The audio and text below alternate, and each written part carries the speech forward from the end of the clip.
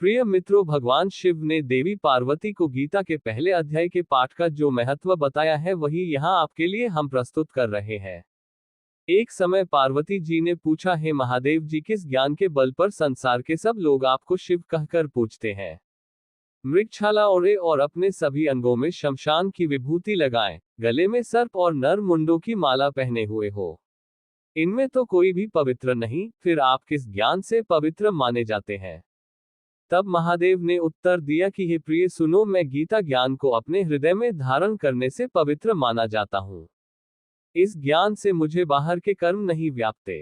तब पार्वती जी ने कहा कि हे भगवान, जिस गीता ज्ञान की आप ऐसी स्तुति करते हैं, उसके श्रवण करने से कोई कृतार्थ भी हुआ है? महादेव ने उत्तर देते हुए कहा कि इस ज्ञान को सुनकर बहुत से जीव कृतार्थ हुए हैं और आगे भी होंगे। मैं तुम्हें एक पौराणिक कथा कहता हूँ, तुम सुनो। एक समय पाताल लोक में शेषनाग की शैया पर श्री नारायण जी नैन मूंद कर आनंद में मग्न थे। उस वक्त भगवान के चरण दबाते हुए लक्ष्मी जी ने पूछा, हे प्रभु, निद्रा और आलस्य तो उन पुरुषों को व्यापता है जो जीव तामसी होते हैं, फिर आप तो तीनों गुणों से अतीत हो। आप तो वासुदेव हो, आप जो नेत्र मूंद रहे हो, इससे मुझको बड़ा आश्चर्य है। नारायण जी ने उत्तर देते हुए कहा, हे लक्ष्मी, मुझको निद्रा आलस्य नहीं व्यापता। एक शब्द रूप जो भगवत गीता है, उसमें जो ज्ञान है उसके आकार रूप है। ये गीता शब्द रूप अवतार है। इस गीता में यह अंग है। 5 अध्याय मेरे मुख है, 10 अध्याय मेरी भुजा है, 16वां अध्याय मेरा हृदय और मन और मेरा उदर है, 17वां अध्याय मेरी जंघा है, 18वां अध्याय मेरे चरण है।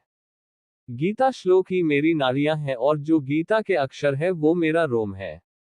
ऐसा मेरा शब्द रूपी जो गीता ज्ञान है, उसी के अर्थ मैं हृदय में विचार करता हूँ और बहुत आनंद प्राप्त होते हूँ। लक्ष्मी जी बोली, हे श्री नारायण जी, जब श्री गीता जी का इतना ज्ञान है तो उसको सुनकर कोई जीव कृतार्थ भी हुआ है? सो मुझसे कहो। तब श्री नारायण ने कहा, हे लक्ष्मी, गीता ज्ञान को सुनकर बहुत से जीव कृतार्थ हुए हैं, सो तुम श्रवण करो। एक व्यक्ति था जो चांडालों के कर्म करता था और तेल नमक का व्यापार करता था। उसने एक बकरी पाली। एक दिन वह बकरी चराने के लिए वन में गया और वृक्ष से पत्ते तोड़ने लगा। वहां उसे एक सांप ने डंस लिया, जिससे वह तुरंत मर गया। मरने के बाद उसने बहुत से नरक भोगे और फिर उसका जन्म बैल के रूप में हुआ। उस बैल को एक भिक्षुक ने मोल लिया। वह भिक्षुक उस पर चढ़कर सारे दिन मांगता फिरे। जो कुछ भिक्षा मांग कर लाता वह उसे अपने परिवार के साथ मिलकर खाता और वो बैल सारी रात द्वार पर खड़ा रहता। उसके खाने पीने का भी कोई ख्याल नहीं करता था और सुबह होते ही बैल पर चढ़कर फिर मांगने निकल जाता। जब बहुत दिन हो गए तो वह बैल भूख से गिर गया, लेकिन उसके प्राण नहीं निकले। नगर के लोगों ने देखा और उस बैल को कोई तीर्थ का फल दे तो कोई व्रत का फल दे, तब भी उस बैल के प्राण नहीं छूटे। एक दिन गणिका आई। उसने लोगों से पूछा, ये कैसी भीड़ है? तो उन्होंने कहा कि इसके प्राण नहीं निकलते, अनेक पुण्यों का फल दे रहे हैं, तो भी इसकी मुक्ति नहीं होती। तब गणिका ने कहा कि मैंने जो कर्म किया है उसका फल मैंने इस बैल को दिया है। इतना कहते ही बैल की मुक्ति हो गई। तब बैल ने एक ब्राह्मण के घर जन्म लिया। पिता ने उसका नाम सुशर्मा रखा। उसके पिता ने उसे पढ़ाया लिखाया। उसको अपने पिछले जन्म की सुध थी। उसने एक दिन मन में विचार किया, जिस गणिका ने मुझे बैल की योनि से छुड़ाया था उसका दर्शन करूं। विप्र चलते चलते गणिका के घर गया और कहा, आप मुझे पहचानती हैं? गणिका ने कहा, मैं नहीं जानती, तुम कौन हो? तब उसने कहा कि मैं वही बैल हूं जिसको आपने अपने पुण्य दिए थे। तब मैं बैल की योनि से छूटा था। अब मैं विप्र के घर जन्मा हूं।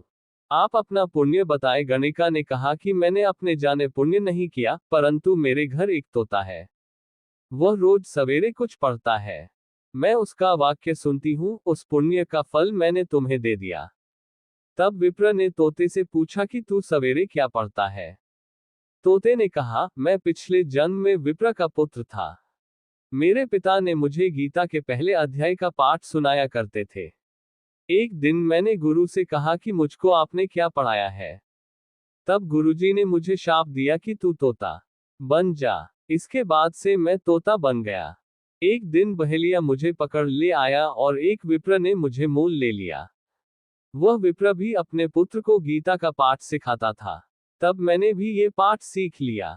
उसी दिन विप्र के घर में चोर घुस गए। उन्हें धन तो प्राप्त नहीं हुआ, लेकिन वह मेरा पिंजरा उठा ले आए। उनकी यह गणिका मित्र थी।